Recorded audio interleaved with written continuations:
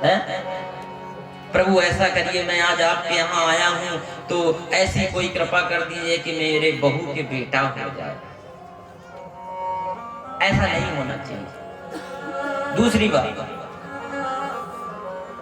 कथा तो कल प्रारंभ होगी, आज महात्म की कथा है। कुछ बातें 7 दिन आप लोगों को करनी है, वह हम समझाएंगे, क्योंकि इस क्षेत्र में लोगों ने एक चीज को बहुत अच्छा बना लिया है। यहाँ हम 1 महीने से पढ़ाई कर रहे हैं, अभी हम पढ़ रहे हैं। पहला, शादी होगी तो क्या बनेगा? ब्याह होगा तो क्या बनेगा? क्या बनेगा? अब आप समझ जाओ। वैसे आज हमसे नव भारत वाले न्यूज में पूछ भी रहे थे कि महाराज जी आजकल लोग मांसाहारी हो रहे हैं। अब आप समझ जाइए उसके विषय में आप क्या कहना चाहते हैं। देखिए, आप मनुष्य योनि में आए हैं ना, मनुष्य योनि मिली है। मांस खाने से क्या मिलता है? आनंद आता है, लेकिन खाते हैं। शादी में स्पेशल डिमांड किया जाता है कि भैया ये बनना है, और इस क्षेत्र में ज्यादा। तो 7 दिन जिस भी माता, बहन, बेटी, भाई, बांधव को कथा श्रवण करना, तो दया करके 7 दिन तक इसका सेवन नहीं करेंगे। वैसे 7 जन्म तक नहीं करना चाहिए, लेकिन आप मानेंगे नहीं। क्यों? ये जीव बिगड़ी हुई है, बिगड़ चुकी है, इतनी ज्यादा बिगड़ चुकी है कि यह बिना माल खाए रहती नहीं। और वही जीव को यदि कह दिया जाए कि थोड़ी देर हरि नाम संकीर्तन कर ले, तो कमर दुखने लगती है, कहीं टिड्ड दुखने लगता है, कहीं बाहें दुखने लगती है। कोई तो ऐसे कह देता है कि भगवान के नाम में क्या हमें खाने को देगा, काम तो हमें ही करना है। ये सबसे बड़ी भूल है हमारी, सबसे बड़ी भूल। नाम सिमरन आज नहीं, कल नहीं, परसों करना ही पड़ेगा। और भगवान बड़े चालाक हैं, वो करा लेते हैं अपनी आई पे आ जाए तो। ऐसा नाम जाप कराते हैं कि मनुष्य फिर छोड़ता नहीं। भगवान से कभी कोई डिमांड नहीं करनी चाहिए, कभी भी। प्रभु क्या कहते हैं, एक भक्त का अपना भाव है, अगर मैं मांगू तुझे तू न देना मुझे, वरना आशिक नहीं मजदूर हो जाऊंगा। हमें मजदूर नहीं बनना, हमें आशिक बनना है। इसका प्रभु का, ठीक है ना। तो पहला नियम होगा क्या कि जिंदगी में कभी मांस खाना ही नहीं। हाथ खड़े करो, कौन कौन ऐसा है जो आज से छोड़ रहा है मांस खाना? ओहो, 1 घंटे से लेक्चर दे रहे हैं। खा लो संकल्प कि नहीं खाएंगे। दूसरी नियम, आप सभी प्रांगण के अंदर कोई भी जूता चप्पल पहन के नहीं आएगा, ठीक है। अपने अपनी चरण पादुका पीछे उतार के आएंगे और आइए, जिस प्रकार से इस प्रांगण में हम सब एकत्रित हैं, उसी प्रकार भागवत इत्यादि की कथा सुनने के लिए क्षेत्र निर्धारित किया गया है। उस क्षेत्र का क्या नाम है? नैमिषारण्य। जहां पे नित्य प्रति 88,000 ऋषिगण विराजमान रहते हैं और सदा वो प्रभु की कथा के बारे में ही चिंतन करते हैं। ठीक है ना? तो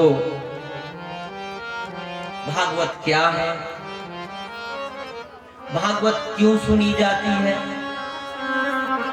भागवत के सुनने से क्या लाभ होता है, भागवत क्यों करानी चाहिए। एक माइक उनके पास दीजिए आप, जो हारमोनियम। भागवत के श्रवण से होता क्या है, क्यों सुननी चाहिए कथा जीवन में। काम तो हम रोज प्रायः करते रहते हैं, जिसमें विशुद्ध विवेचन किया जाए, क्या ये भागवत वार्ता है, क्या यह भागवत कोई इतिहास है कि क्या है। भागवत की कथा तो कल से प्रारंभ होगी। जिस प्रकार से आप लोग ब्याह शादी करते हैं तो लड़का देखते हैं, लड़की देखते हैं, तभी आप लोग शादी करते हैं ना। तो भागवत का महात्म्य आज के दिन बताया जाएगा, जिससे आपको प्रीति होगी।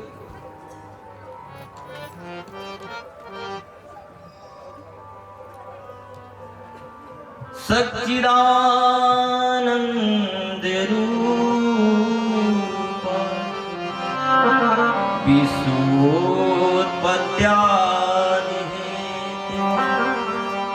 तापत्र विनाश श्री कृष्णाय वयम्। सत, चित और आनंद, बड़े गौर से सुनिएगा। देखिए,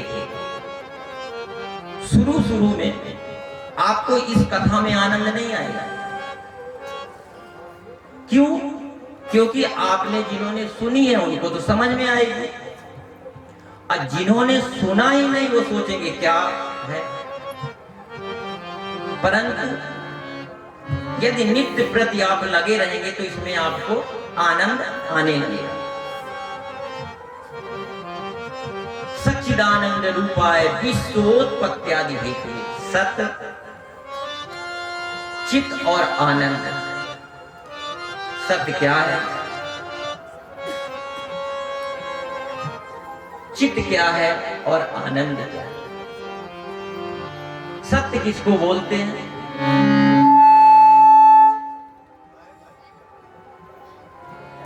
चित्त किसको बोलते हैं और आनंद किसको बोलते हैं। वह अविनाशी परमात्मा जो सृष्टि के पहले था,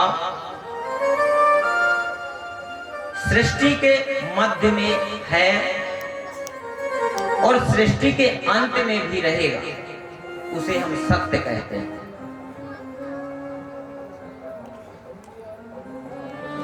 सत्य मतलब जो कभी नष्ट ना हो, जो कभी नष्ट नहीं होता, उसे हम सत्य कहते हैं। जिसका कभी अंत ही नहीं होता, चित्त यानी प्रकाश। जिस परमात्मा को प्रकाश लेने की आवश्यकता नहीं, जो अपने ही प्रकाश से प्रकाशित हो रहा है। जैसे हमें आपको किसी चीज को देखने के लिए बल्ब की लोड पड़ती है, प्रकाश की लोड होती है, परंतु जिस परमात्मा को कुछ देखने सुनने के लिए प्रकाश की लोड नहीं होती, उसको क्या बोलते हैं, चित्त। इसको नहीं घुमाना, इसको पकड़ और आनंद, इसको नहीं घुमाना है, ठीक है। जो आनंद सिंधु सुख राशि करते त्रय लोक सुपा सो सुख धाम राम असनामा, अखिल लोक दायक विश्रामा। जैसे हम कहते हैं हमने रसगुल्ला खाया आनंद आ गया, हमने गुलाब जामुन खाया आनंद आ गया। आज रास्ते में आते समय हमने गोलगप्पे खा लिए और बोले बड़ा आनंद आ गया। उसको आनंद नहीं बोलते। आनंद तो अंदर की चीज है, बाहर होती ही नहीं। कहने का भाव यह है, आनंद मात्र प्रभु है। प्रभु के बिना आनंद हमें मिल ही नहीं सकता। तो सत्य, चित और आनंद